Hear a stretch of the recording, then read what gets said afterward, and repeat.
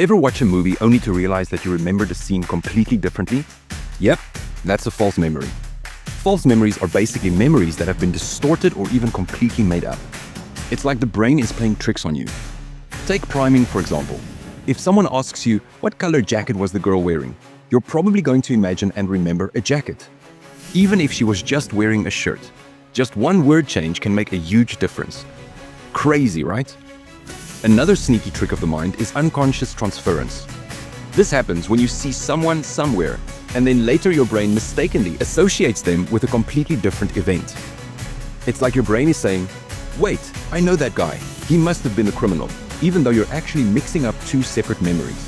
False memories can have serious consequences, especially when it comes to eyewitness testimony. Or imagine being drilled by the police until you actually start believing that you committed the crime. That's insane. So what can you do to protect yourself? Listen carefully to how questions are phrased, and try to be as objective as possible when recalling events. Remember, your brain isn't a perfect recording of the past. Understanding how false memories work is a superpower that can help you become a more critical thinker, make better decisions, and avoid being misled.